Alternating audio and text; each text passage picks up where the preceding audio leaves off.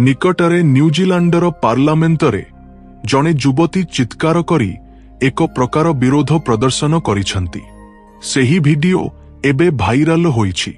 तांको नाम हाना रोहती 22 वर्ष बयसर न्यूजीलैंडर एमपी। से न्यूजीलैंडर माओरी नामक एक आदिवासी गोष्ठीर सदस्य। न्यूजीलैंड विषय कहिबाकू गले प्राकृतिक सौंदर्य एही देश को तपिबा आउ कौनसी देश नाही, किंतु एही देश एबे एक प्राचीन झड़रे जर्जरित हेउछि। आमे जेउमाने माओरी आमे समस्ते न्यूजीलैंडर आदिवासी, किंतु एबे एमाने समस्ते एकाठी न्यूजीलैंडर रास्तारे ओलाई विरोध प्रदर्शन आरंभ करिसंती। किंतु एमानंकर एकमात्र दाबी सेमानंकर अधिकाररे कौनसी क्षति हेबा उचित नुहे। एही विरोध एबे आरंभ होई नाही, एहा किछि दशंधि आगरू आरंभ होईछि। सेही समयरू एही विरोध चलिछि एवं एहा एक नुआ अध्याय। आसंतु आजी आमे देखिबा न्यूजीलैंडरे एही विरोध गुड़िक दशंधि धरी काहीकि चलिछि। विषयकू पशिले 900 किंबा 1000 वर्ष आगे आम देशरे विभिन्न राज्य देखिछु। पांड्य, काकतीय, चोल एपरी। सेही समयरे भारतरू 12,000 किलोमीटर दूररे दक्षिण पूर्व दिगरे एक बड़ द्वीप थिला। सेही द्वीपटी अत्यंत सुंदर थिला। गुजरात राज्य परी आकारर सेही द्वीपरे जणे मनीष मध्य बास करुनथिले। ता पूर्वरु मध्य सेही द्वीपरे मनीष थिले बोली इतिहासरे कौनसी प्रमाण नाही। एमिति कि देखिबा पाई मध्य जणे मनीष मिलु नथिले। एक द्वीप, किछि जमी, बस। तार नाम आपण कहि पारिबे नाही। काहीकि जानंती? कारण सेतेबेले सेही जमीर कौनसी नाम दिया जाई नथिला।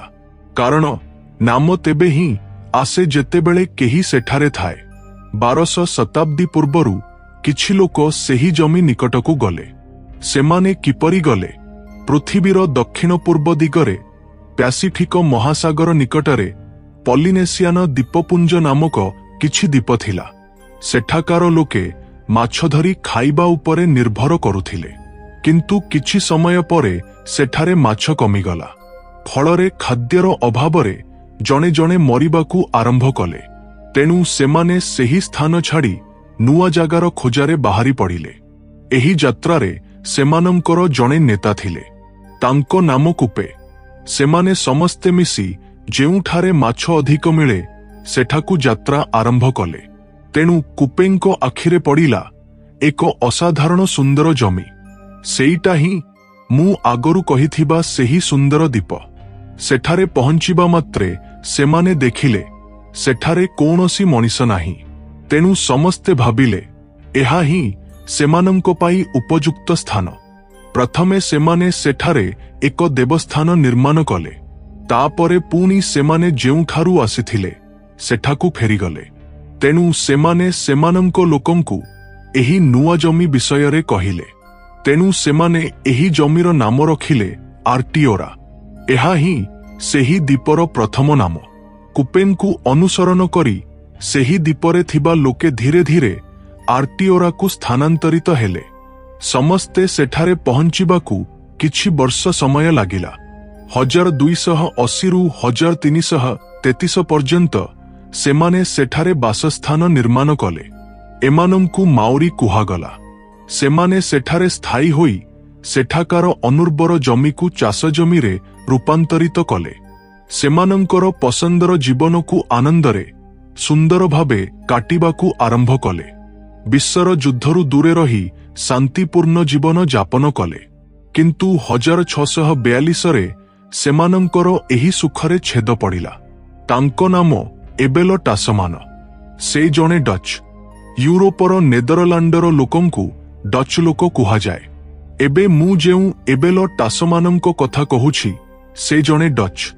सेतेबेले इंग्रेज राज्यगुड़िक व्यवसायर नामरे विभिन्न देश ओ अंचलकू सेमानंकर गोलाम करिथिले। एहीपरि सेतेबेले नेदरलैंड मध्य थिला। पर्तुगाल, फ्रांस, स्पेन, जर्मनी समस्त देश एहीपरि थिले। एही टासमान तांको सांगरे 110 ଜଣଙ୍କୁ ନେଇ ବଡ଼ ବଡ଼ ଜାହାଜରେ ବ୍ୟବସାୟ ପାଇଁ ନୂଆ ଜାଗାର ଖୋଜାରେ ବାହାରିଥିଲେ। ଏହିପରି 4 ମାସ ଘୂରିବା ପରେ ଦିନେ ସେ ମାଉରୀମାନଙ୍କର ଏହି ନୂଆ ଜମିରେ ପହଞ୍ଚିଲେ। ଏହି ଜମି ନିକଟକୁ ଆସିବା ସମୟରେ ଦୂରରୁ ଜମିଟିକୁ ଦେଖି ତାସମାନଙ୍କ ସାଙ୍ଗରେ ଥିବା ଜଣେ ଚିତ୍ରକର ସେହି ଜମିର ଏକ ସୁନ୍ଦର ଚିତ୍ର ଅଙ୍କନ କରିଥିଲେ। ତେଣୁ ସେହି ଚିତ୍ରକର ତାସମାନଙ୍କୁ ପଚାରିଲେ, ଏହି ଜମିର ନାମ କ'ଣ ରଖିବା? ସେ କହିଲେ, ଷ୍ଟାଟେନଲାଣ୍ଡ। ସେମାନଙ୍କ ଭାଷାରେ ଏହାର ଅର୍ଥ କମ୍ପାନୀର ନୂଆ ନେଦରଲାଣ୍ଡସ୍। ତାପରେ ସେମାନେ ସେଠାରେ କିଛି ତମ୍ବୁ ଖଟାଇଲେ। ତାପରେ ସେମାନଙ୍କ ମଧ୍ୟରେ ଏକ ଛୋଟ ଯୁଦ୍ଧ ହେଲା। ତାସମାନଙ୍କ ଦଳରେ ନୂଆ ନୂଆ ଅସ୍ତ୍ରଶସ୍ତ୍ର ଥିଲା। ସେହିପରି ମାଉରୀମାନଙ୍କ ପାଖରେ ତୀରଧନୁକ ଓ ବର୍ଚ୍ଛା ଥିଲା। ଏଠାରେ ଯେଉଁ ଛୋଟ ଯୁଦ୍ଧ ହେଲା ତାରେ ଅନେକେ ପ୍ରାଣ ହରାଇଲେ। ତେଣୁ ତାସମାନଙ୍କ ଦଳ ଏହି ଜମିର ନାମ ରଖିଲା ମାର୍ଡାରାର୍ସବେ, ଅର୍ଥାତ୍ ଯେଉଁଠାରେ ହତ୍ୟା ହୁଏ। ୟୁରୋପୀୟମାନେ ଏହି ନୂଆ ଭୂଖଣ୍ଡର ନାମ ରଖିଲେ ନ୍ୟୁଜିଲାଣ୍ଡ। ନେଦରଲାଣ୍ଡର ପଶ୍ଚିମ ଭାଗରେ ଏକ ଅଞ୍ଚଳର ନାମ ଜିଲାଣ୍ଡ। ତେଣୁ ଡଚ୍ ଲୋକେ ଏହି ଜମିର ନାମ ରଖିଲେ ନ୍ୟୁଜିଲାଣ୍ଡ। କିନ୍ତୁ ତାସମାନ ଯେତେବେଳେ ନ୍ୟୁଜିଲାଣ୍ଡରୁ ଚାଲିଗଲେ ସେତେବେଳେ ସେ ଅଷ୍ଟ୍ରେଲିଆ ନିକଟରେ ଏକ ଦ୍ୱୀପରେ ପହଞ୍ଚିଲେ। ପରେ ସେହି ଦ୍ୱୀପର ନାମ ହେଲା ଟାସମାନିଆ। ତାପରେ ତାସମାନ ସମସ୍ତଙ୍କୁ କହିଲେ ସେ ଏହି ଜମି ଆବିଷ୍କାର କରିଛନ୍ତି। ଏହା ଏକ ସୁନ୍ଦର ଅସାଧାରଣ ଜମି ବୋଲି ବର୍ଣ୍ଣନା କଲେ। ତେଣୁ ୟୁରୋପୀୟମାନଙ୍କର ନଜର ଏହି ଜମି ଉପରେ ପଡ଼ିଲା। 1769ର ଅକ୍ଟୋବର 6 ତାରିଖରେ ଜେମସ୍ କୁକ ନ୍ୟୁଜିଲାଣ୍ଡରେ ପହଞ୍ଚିଲେ।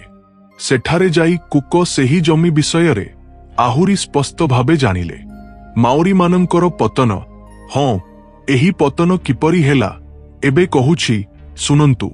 କ୍ୟାପଟେନ କୁକ ନ୍ୟୁଜିଲାଣ୍ଡକୁ ଯାଇ ଫେରି ଆସିବା ପରେ ୟୁରୋପରେ ଏହା ଏକ ପ୍ରତିଯୋଗିତାରେ ପରିଣତ ହେଲା। ନ୍ୟୁଜିଲାଣ୍ଡକୁ ଯିବାକୁ ହେବ, ଜୟ କରିବାକୁ ହେବ। ଏହା ଏକ ସମ୍ମାନର ବିଷୟ ହେଲା। ଯେ ପ୍ରଥମେ ନ୍ୟୁଜିଲାଣ୍ଡରେ ପହଞ୍ଚିବ ସେ ଏହି ଜମିକୁ ଗୋଲାମ କରିବ। ଏହି ପ୍ରତିଯୋଗିତାରେ ପ୍ରଥମ ସ୍ଥାନରେ ଥିଲେ ଫ୍ରାନ୍ସ ଓ ବ୍ରିଟେନ। କିନ୍ତୁ ବ୍ରିଟେନ ଏହି ପ୍ରତିଯୋଗିତାରେ ଜିତିଲା। ବ୍ରିଟେନ ଯେତେବେଳେ ନ୍ୟୁଜିଲାଣ୍ଡକୁ ଦଖଲ କଲା ସେତେବେଳେ ସେଠାରେ ଉପନିବେଶ ନିର୍ମାଣ ଆରମ୍ଭ କଲା। ମାଉରୀମାନଙ୍କ ପାଇଁ ବ୍ରିଟେନର ଲୋକେ ଅନେକ କିଛି କରିଦେବାର ପ୍ରତିଶ୍ରୁତି ଦେଲେ। କିନ୍ତୁ ମାଉରୀମାନେ ବ୍ରିଟିଶମାନଙ୍କ ଆଗମନରେ ଖୁସି ନଥିଲେ। ସେମାନେ ବ୍ରିଟିଶମାନଙ୍କୁ କହିଲେ ଏହି ଜମି ଛାଡ଼ି ଚାଲିଯା। କିନ୍ତୁ ସେମାନେ ଶୁଣିଲେ ନାହିଁ। ଫଳରେ ଦୁଇ ପକ୍ଷ ମଧ୍ୟରେ ଯୁଦ୍ଧ ଆରମ୍ଭ ହେଲା। ଏହି ଯୁଦ୍ଧ ଏକ ଦିନ କିମ୍ବା 2 ଦିନର ନୁହେଁ, ପ୍ରାୟ 40 ବର୍ଷ ଧରି ଅର୍ଥାତ୍ 1840ରୁ 1880 ପର୍ଯ୍ୟନ୍ତ ଚାଲିଲା। ହଜାର ହଜାର ମାଉରୀ ମରିଗଲେ। କିଛି ମାଉରୀଙ୍କୁ ଗୋଲାମ କରାଗଲା। ଆଉ କିଛି ଲୋକ ନିଜ ପ୍ରାଣ ବଞ୍ଚାଇବା ପାଇଁ ସେହି ଜମି ଛାଡ଼ି ଚାଲିଗଲେ। ତେଣୁ ବ୍ରିଟିଶମାନେ କହିଲେ ଏହି ଅଞ୍ଚଳରେ ଅଶାନ୍ତି ବଢ଼ିଗଲା। ବ୍ୟବସାୟ ଶାନ୍ତିପୂର୍ଣ୍ଣ ଭାବେ ଚଳାଇବାକୁ ହେଲେ ଏସବୁ ହେବା ଉଚିତ ନୁହେଁ। ତେଣୁ ସେମାନେ ଆଇନ ଆଣିଲେ। ତାପରେ ସରକାର ଗଠନ କଲେ। ସେହି ସମୟରେ ନୂଆ ଗଠିତ ସରକାର ପାଇଁ ଜଣେ ନୂଆ ଗଭର୍ଣ୍ଣର ନିଯୁକ୍ତ ହେଲେ। ତେଣୁ ସେଠାକାର ମାଉରୀମାନେ କହିଲେ ସେମାନଙ୍କ କଥା ଶୁଣିବାକୁ ହେବ, ସେମାନଙ୍କ ଦାବି ମାନିବାକୁ ହେବ। ଏହି ଦେଶରେ ବ୍ରିଟିଶମାନଙ୍କ ସହ ସମାନ ମର୍ଯ୍ୟାଦା ଦିଆଯିବ।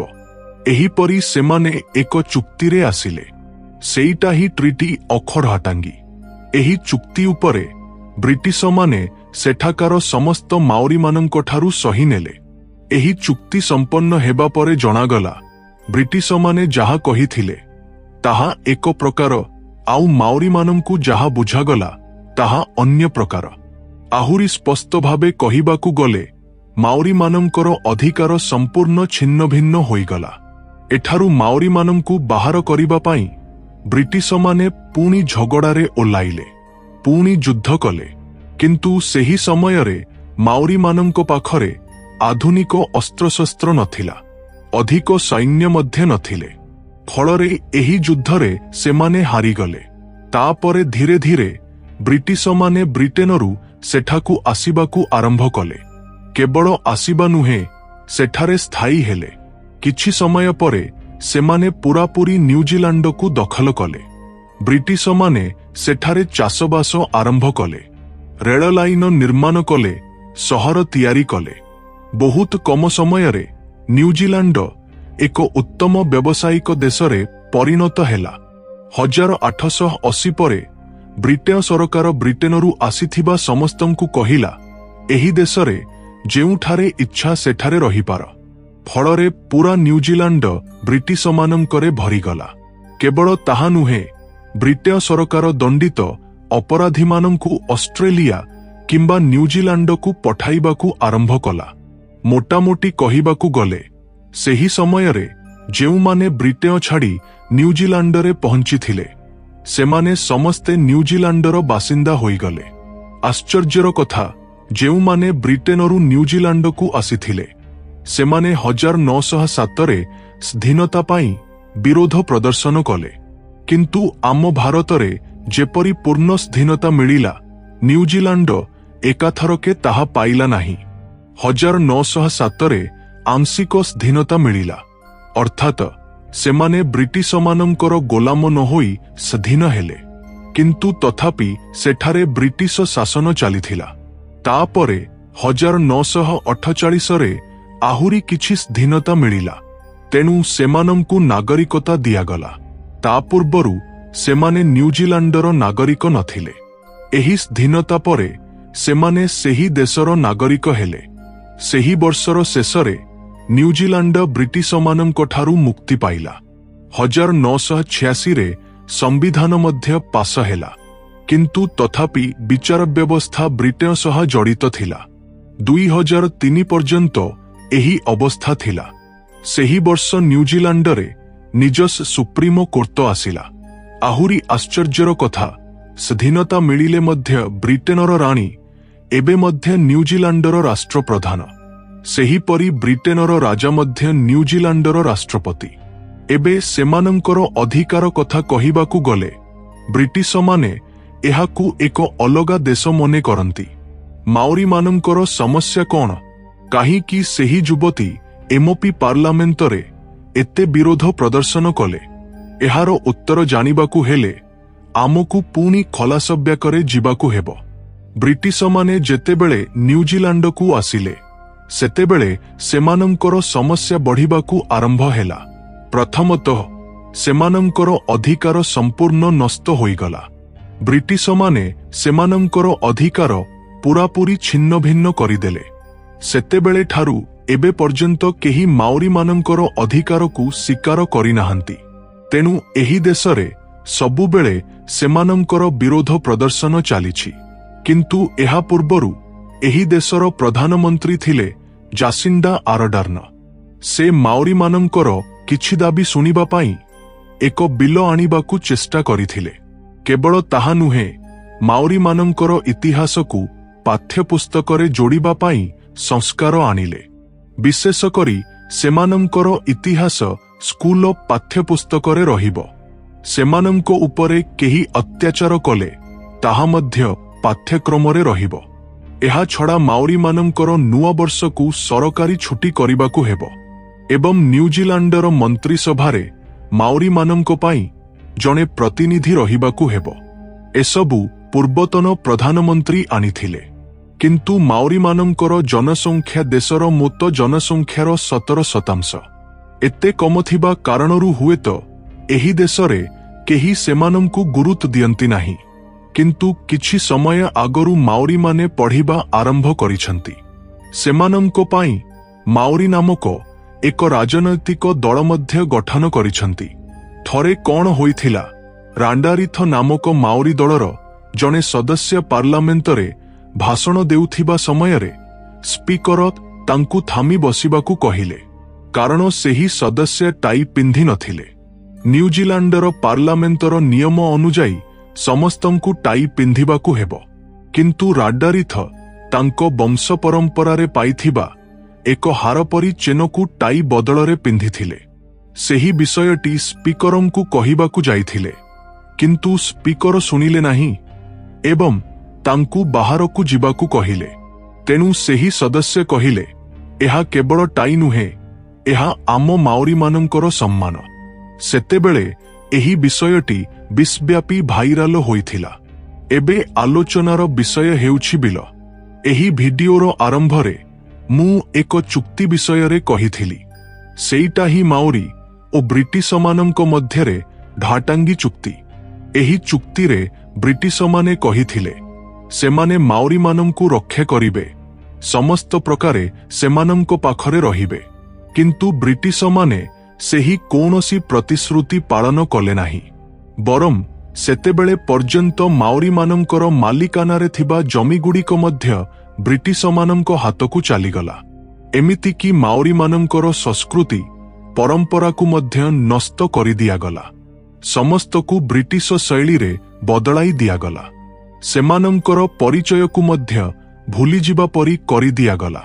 किंतु एबे एसबु कार्यकारी करिबा पाई देशर समस्त दल जोर देउछंती।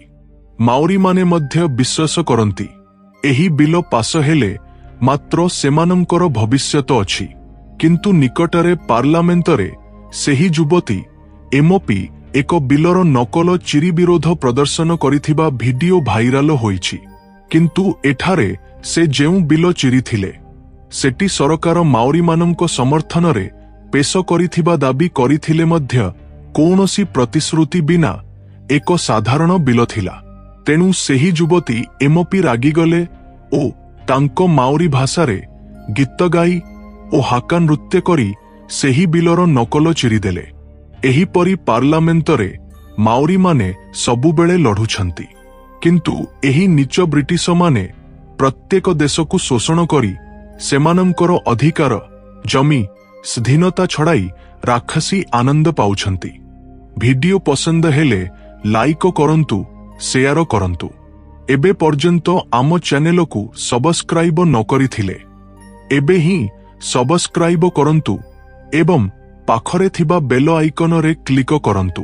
परवर्ती भिडिओ रे पुणी देखा हेबो। देखिबा पाई धन्यवाद।